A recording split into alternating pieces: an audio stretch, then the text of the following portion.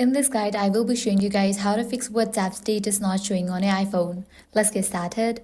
First, launch your WhatsApp and force close it. For that, swipe up from the bottom of your screen, close the app, then again relaunch it.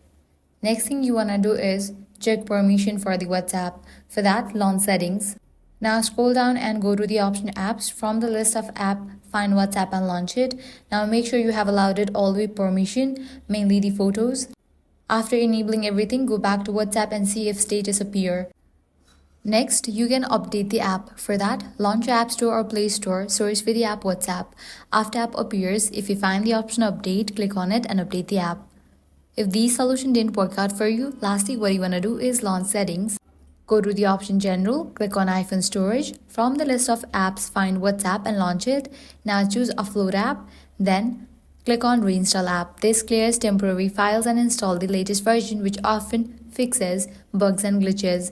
And that's it. With these steps, you'll be good to go. Your problem will be resolved. If this guide helped you out, do not forget to like, share and subscribe. Thanks for watching.